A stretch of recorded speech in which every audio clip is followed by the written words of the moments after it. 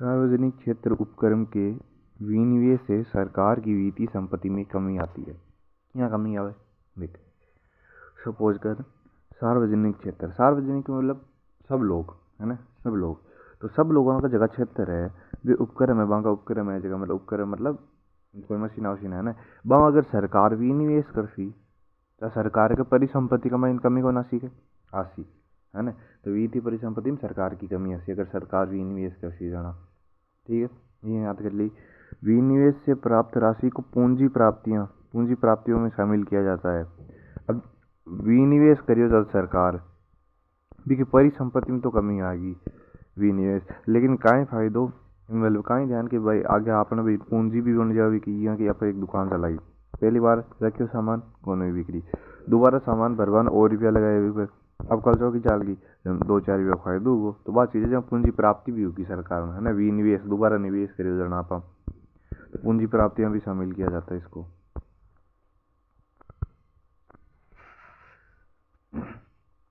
सार्वजनिक क्षेत्र उपक्रम में अंशों की बिक्री विनिवेश कहा जाता है।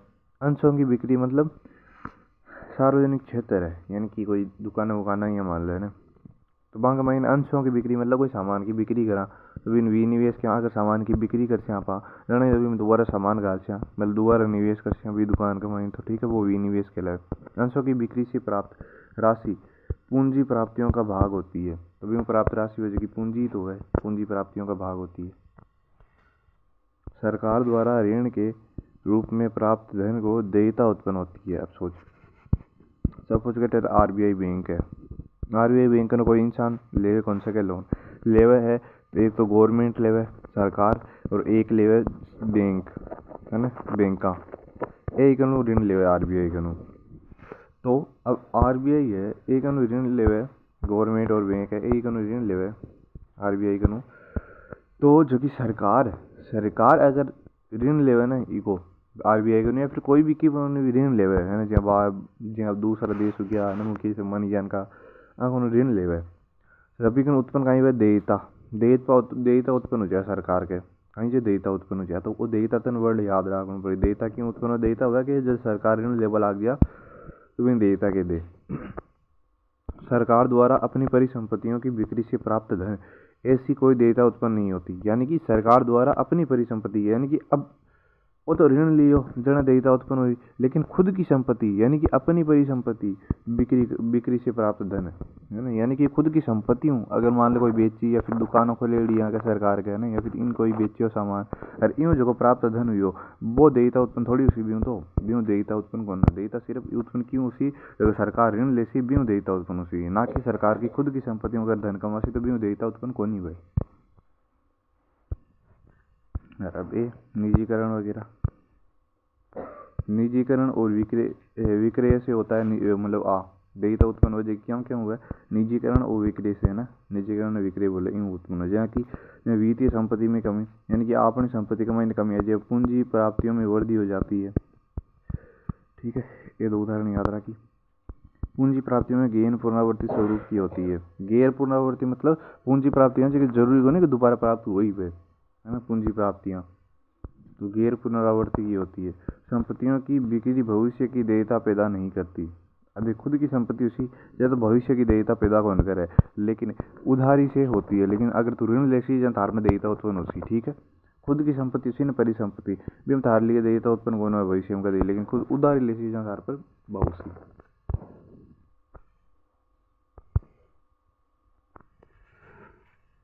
उत्पादन और प्रक्रिया में घिसावट के संदर्भ में प्रतिस्थापन निवेश पूंजी के मूल्यह्रास। अब एक बार ये लाइन छोड़ इनकी दो लाइन देखता हूँ तारा समझ वासी। मूल्यह्रास किन के, मूल्यह्रास का मतलब है नुकसान घाटो। ठीक है, मूल्यह्रास एक मुद्रास्फीति वह भी कंफ्यूजन, मुद्रास्फीति वह महंगाई और मूल्यह्रास मूल्य कहेंगे ह्रास, मूल्यह्रास हुए नुकसान हो। यहाँ देख पूंजी के मूल्य में घिसावट, अगर तो पूंजी के मूल्य में घिसावट कर दी यानी कि कमी कर दी, यानी कि सही कर दी, सही को मतलब कमी हुआ है ना, के कारण होने वाला नुकसान वो तो मूल्यह्रास हुए है ना, मतलब घाटो हुए नुकसान हुए। चीज याद रखी मूल्यह्रास मतलब घाटो नुकसान, तो नुकसान घाटो यही याद रख लिए कि आप पूंजी कमाई ने है ना घिसावट कर दिया, सही कर दिया भी कमाई जाना नुकसान हो जाएगा। ठीक है, और प्रतिस्थापन निवेश की नहीं, प्रतिस्थापन निवेश मौजूद पूंजी भंडारण बनाए रखने के लिए प्रतिस्थापन में निवेश किया जाता है। मतलब प्रतिस्थापन निवेश देख, दुकान है एक, आपने एक दुकान है, सामान्य मानुस सारो बेच दियो, रुपया आया, मतलब आप पहले ही कता लगाया रुपया 30,000 रुपया लगाया, ठीक है। टोटल सामान बेचो 40,000 बने, कितना बने 40,000 बने। अब आप पाँच में 30,000 लगाओ, क्यों? क्योंकि ताकि अपन और बचे, है ना, ताकि और बचे। यानी कि प्रतिस्थापन निवेश वही है कि मौजूद पूंजी यानी बनाए रख को भंडार करवा खातिर अब प्रतिस्थापन निवेश करना। प्रतिस्थापन निवेश मतलब दोबारा निवेश करना, प्रतिस्थापन निवेश बार बार करना, ठीक है, बात चीज। तो अब ऊपर ले लाए देख लग समझ आ जी। उत्पादन प्रक्रिया में घिसावट के संदर्भ में, घिसावट मतलब उत्पादन प्रक्रिया, अगर तो कोई चीज उत्पादन करे रवि कमाई घिसावट के संदर्भ में प्रतिस्थापन निवेश की पूंजी के मूल्य ह्रास के समान होता है। मतलब देख, तो कोई चीज में मान ले नुकसान कर सी घिसावट उसी तार के, ठीक है, तो वह तो निवेश कर सी ने भी के मूल्य ह्रास के बराबर उसी जो तो निवेश करियो, और जब को भी पूंजी में बत्तो ही कमी हुई, यानी कि तो 30,000 निवेश करिया कोई दुकान में और 30,000 कोई थार के नुकसान हो गया ना, यानी कि वो जगह तो पूंजी पूंजी कहें प्रतिस्थापन निवेश करना चाहो भी को मूल्य ह्रास भी के बराबर हो गयो, ये मान लेना। तो जो तो निवेश करियो बत्तो ही नुकसान हो गया, यानी कि घिसावट होगी। प्रतिस्थापन जो तो निवेश करियो तो बत्तो ही थार का नुकसान हो गयो, तो वो भी पूंजी को मूल्य ह्रास हो गया, ठीक है। कुछ एक बार दो बार पढ़ ली, थोड़ा ध्यान समझ आ जाए।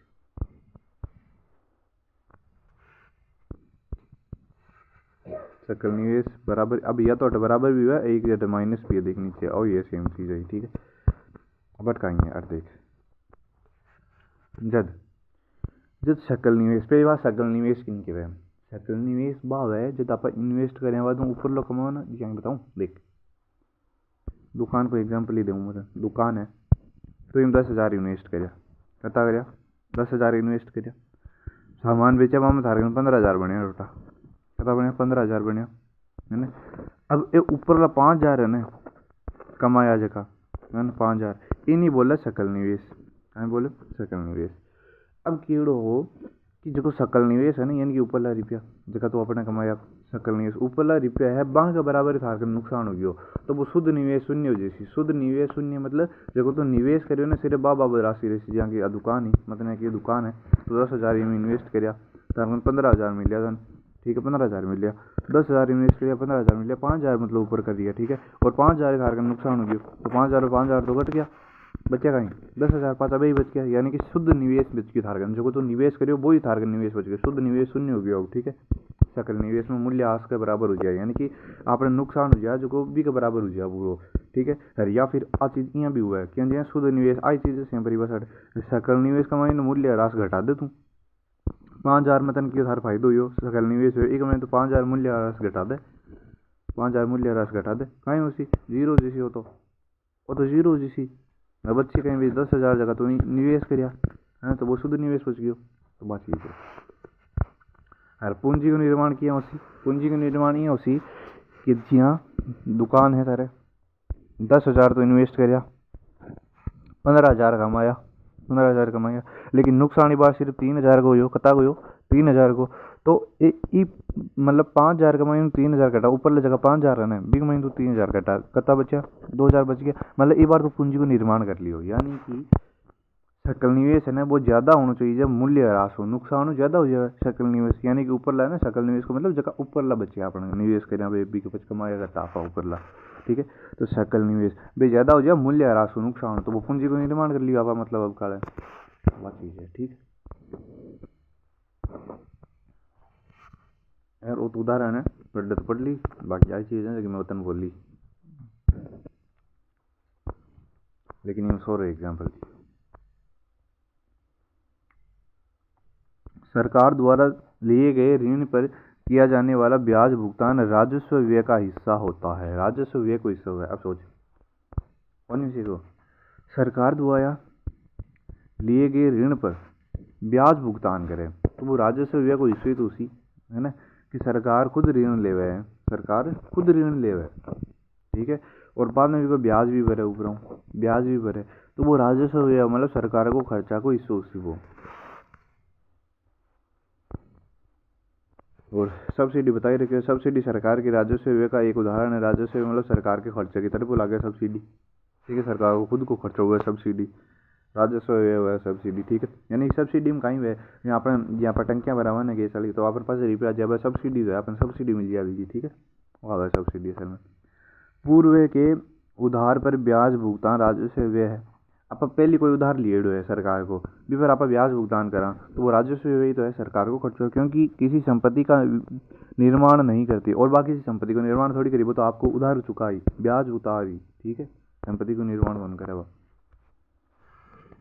ब्याज के भुगतान के आधार पर, ब्याज के भुगतान के आधार पर कहीं कहीं मतलब किस तरह का ब्याज ले सके। बाजार पर ऋण उठावे, ट्रेजरी बिल पर ब्याज उठावे, बाहरी ऋण लेवे ब्याज, है ना। बाहरी ऋण मतलब आंतरिक वे, अंतर्राष्ट्रीय मुद्रा कोष की भी है, विश्व बैंक होगी वहाँ करूँ। और बाजार का उत्तर बता दिए मुकेश अम्बानी जी के साथी हूँ। सब्सिडी भी राजस्व व्यय है। सब्सिडी का है एक राजस्व व्यय, मतलब सरकार को खुद को खर्च हो, क्योंकि चालू स्थानांतरण है, क्योंकि यह चालू रहे हुए सब्सिडी। यानी कि सब्सिडी की एक प्रमुख सब्सिडी कहाँ है? खाद सब्सिडी, मतलब खानों पीनों अपन मिले करें ना गेहूँ, तो अपन खाद सब्सिडी मिले। और पूर्वक मतलब पहले खाद भी मिलती केंचुआ की, पेट्रोल मिला कहीं फ्री है, और गैस की टंकियाँ मिला है, गैस की मतलब फ्री तो मिले, लेकिन डिबिया का आ जाए, ठीक है। बे चीज़ें सब्सिडी कमाई आ सब्सिडी मिल जाए सरकार की तरफ। पूंजी व्यय, पूंजी व्यय कहीं व्यय संपत्ति को निर्माण होना, इन पूंजी व्यय कहते हैं। पूंजी व्यय मतलब पूंजी को खर्च करना, तो संपत्ति को निर्माण करना। अगर तो पूंजी थोड़ी बहुत खर्चा नहीं करी जाए थारकन आशी की पची है ना, तो पूंजी को व्यय कर जाए थारकन संपत्ति का निर्माण होती। और राजस्व व्यय कहीं व्यय, राजस्व व्यय यानी कि सरकार को खर्चो, है ना। व्यय को मतलब खर्चो, राजस्व मतलब सरकार राज, है ना। तो राजस्व व्यय मतलब सरकार को खर्चों की पूर्व उपभोग पर हुआ है, रख रखाव पर हुआ है, मतलब देखभाल पर हुआ है, रख रखाव पर हुआ है, उपभोग, उपभोग मतलब लोगों पर, उपभोग लोगों पर हुआ है, ठीक है।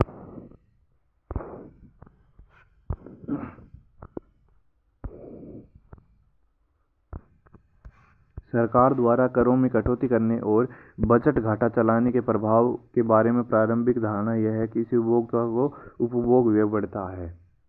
कहीं मतलब कहीं देख, सरकार द्वारा करों में कटौती करने और बजट घाटा चलाने, यानी कि अगर तू कर में कटौती करसी और बजट घाटो चलासी थारो, है ना, तो एक प्रारंभिक धारणा कहीं उसी उपभोक्ता को उपभोग व्यय। अब सोच एक चीज, सपोज कर अब तू ली एक गाड़ी, ये गाड़ी ली तू, ठीक है। ये गाड़ी ली, एक गाड़ी का मैंने हो कहीं तू पे रोड चला तो जी, चला तो अच्छा टोल टैक्स वगैरह आता तारा उन टैक्स काटता, है ना। बिकर डरूँ तू कहीं करियो जहाँ टोल टैक्स हो 5,000 रुपये अर्तन जाऊँ वो कतो 500 को तेल वाला सिर्फ, तो 5,000 तो थार टैक्स कट गयो, है ना। तो तू गाड़ी में घर ही खड़ी रख दी, कुछ कौन ले गयो? अब सरकार की हो क्यों, मैं वो टैक्स है वो यानी कि कर है जो को हटा दियो, वो कर हटा दियो। अब ले पे 5,000 लाख तो जगह बच गया, अब 5,000 तेल गला गला तो फिर से नब्बे नब्बे गुमसी भी गाड़ी, ठीक है। तो आ चीज़ है, यानी कि अगर तू कर कमाई ने कटौती कर दी, कर में कम कर दी, और बजट घाटो सरकार खुद चलासी, यानी कि बजट संभाल सी खुद, तो उपभोग कहीं करी व्यय खर्च बढ़ता है ना। यानी कि देख उपभोक्ता, उपभोक्ता मतलब आपा लोग, लोग उपभोक्ता मतलब जगह खरीदा वगैरह, ठीक है, सामान पे उपभोक्ता, उपभोक्ता कहीं करी उपभोग व्यय बढ़ जैसी, मतलब खर्चों बढ़ जैसी वहाँ को बच वे खर्चों करवा आगे से यहाँ खर्चों कर करता भी, अब खर्चों करी क्योंकि कर में कटौती कर दी, बजट घाटा के नीचे आ गया, है ना। तो उपभोग है जो खर्चों करी खुल्लो, ठीक है। कर में कटौती, कर में अगर तू कटौती करसी तो अधिक प्रयोज्य आय उसी थारकन, अधिक प्रयोज्य आय उसी मतलब आय ज़्यादा बची, थोड़ी शेष बची, प्रयोज्य आय मतलब शेष आय बची थारकन थोड़ी ज़्यादा, ठीक है। और एक वस्तु उपभोग में वृद्धि भी उसी थार, उपभोग में वृद्धि मतलब उपभोग मतलब उपभोग के खर्चा कमाई ने वृद्धि, देखो तो सामान ले से भी कमाई ने वृद्धि उसी थारकन।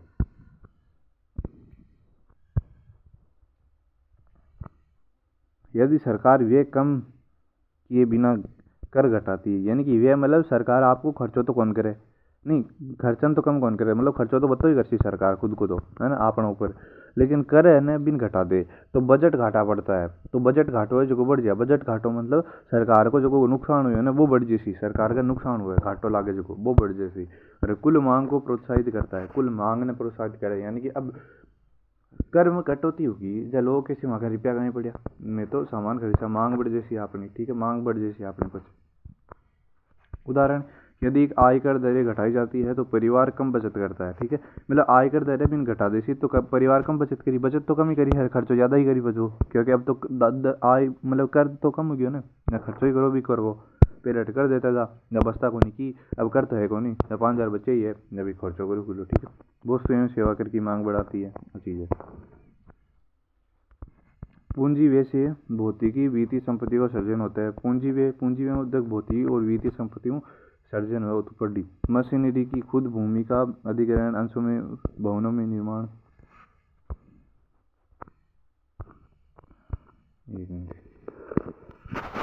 देख मतलब कहीं एक पूंजी वे भौतिक मतलब वहीं पे फिजिकल है ना, भौतिक मतलब फिजिकली तो है, फिजिकल मतलब जी आपने सामने कोई चीज़ है आप टच कर सका बिन फिजिकल के दे। और वित्तीय संपत्ति का मतलब अपना कोई वित्त मतलब रुपया का है जगह संपत्ति है भी भर वो कर रही है, मान ले कुछ नहीं कुछ बना ले वित्तीय संपत्ति को भी, ठीक है। तो पूंजी व्यय को मतलब बाँग हुआ है, तो बे बाँग को अगर निर्माण करें आपको कोई चीज़ है अभी पूंजी व्यय को हो गया। पूंजी मतलब रुपया और व्यय मतलब खर्चो, पूंजी को खर्चो कट करना चाहिए अपन। मशीनरी की खरीद में अपन मशीना खरीदनी चाहिए, भूमि को अधिग्रहण करनी चाहिए, भूमि खरीदना चाहिए, अंशों में निवेश करना चाहिए यानी कि दुकानों को नाम निवेश करना चाहिए, विकास हेतु भावना को निर्माण करना चाहिए, विकास हेतु भावना को निर्माण करो, सभी पूंजी व्यय के उदाहरण है। ये पूंजी व्यय के उदाहरण जो है क्योंकि रुपया खर्च करते रुपया तो हम ही खर्च कर सी, ठीक है, तो ये पूंजी व्यय का उदाहरण है। अब ये है कि सरकार एक नया एम्स अस्पताल बना हुआ है, एम्स अस्पताल बना दिया यानी कोई नाम है एम्स है ना, एम्स एक अस्पताल बना दिया तो वो की वजह बना, वो पूंजी व्यय की वजह मतलब। अब सोच देखा अब भवन वगैरह या फिर कोई और चीज़ हम खर्चो करा मतलब कि बनाबा मैंने जहाँ तो वो सरकार पूंजी व्यय करे। लेकिन अगर कोई लोगन देबा की बात करा पाओ है ना कि लोगन से लेती दी या फिर लोगों पर खर्चो करियो सरकार तो भी ना पर राजस्व व्यय में गाल से मतलब सरकार के खर्चा में गाल से। और पूंजी व्यय का मतलब रुपया को खर्चो करियो कि पर लोग की चीज़ बनाबा में, लेकिन लोगों पर खर्चो कर सी जियाँ कि डॉक्टर ने वेतन देणु, वकील ने वेतन देणु या फिर लोगों पे टंकिया वंकिया में कि पाचा देना रुपया तो वह राजस्व व्यय के अकॉर्डिंग है, ठीक है। यानी कि राजस्व में मतलब लोगों का महीने और पूंजी व्यय का महीने की चीज़ बना हुआ के महीने, ठीक है।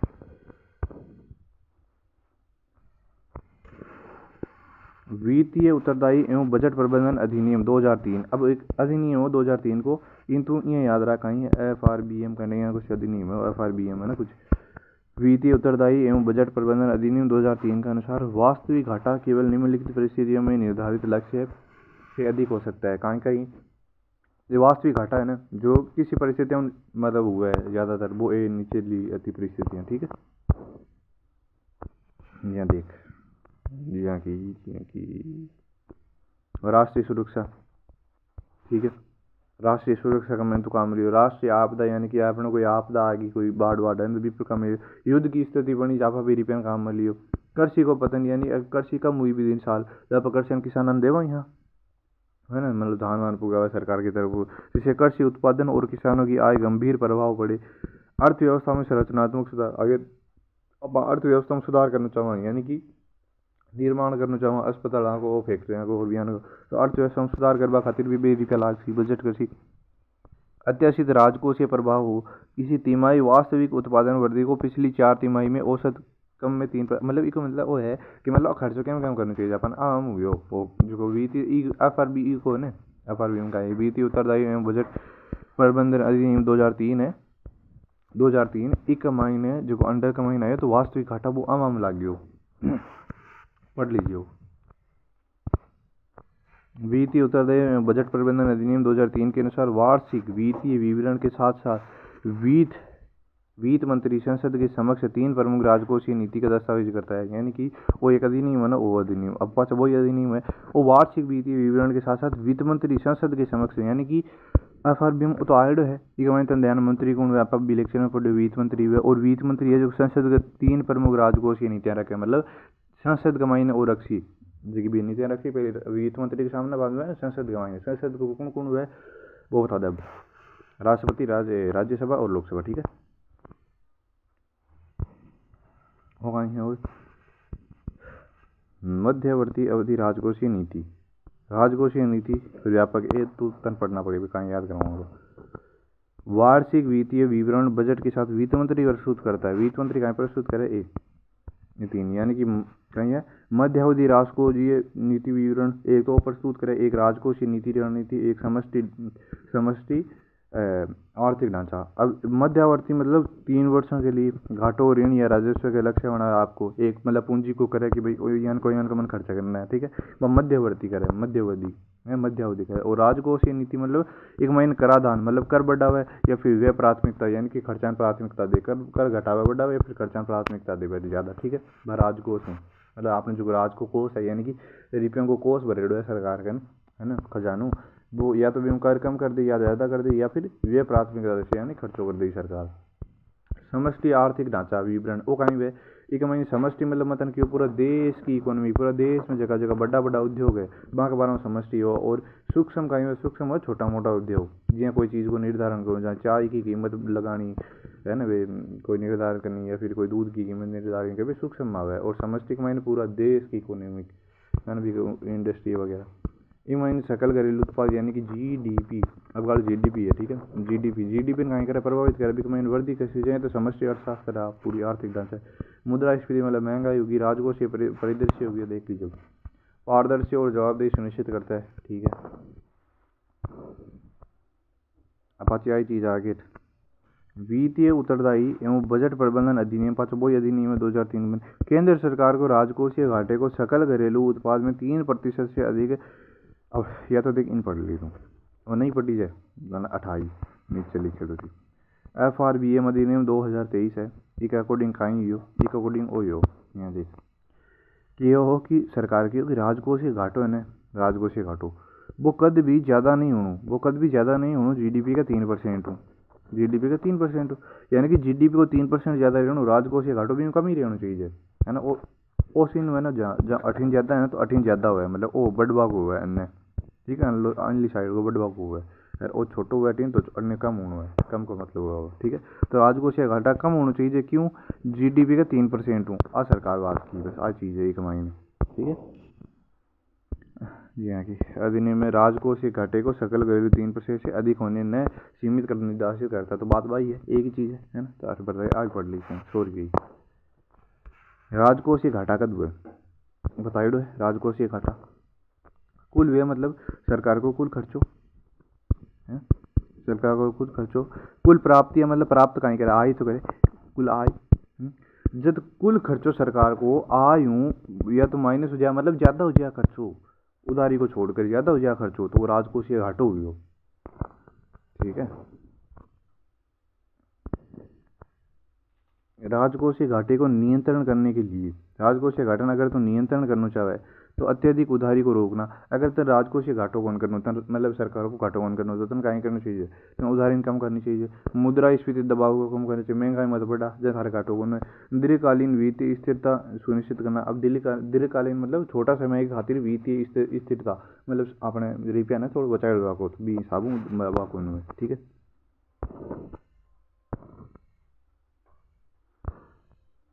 अब वो काल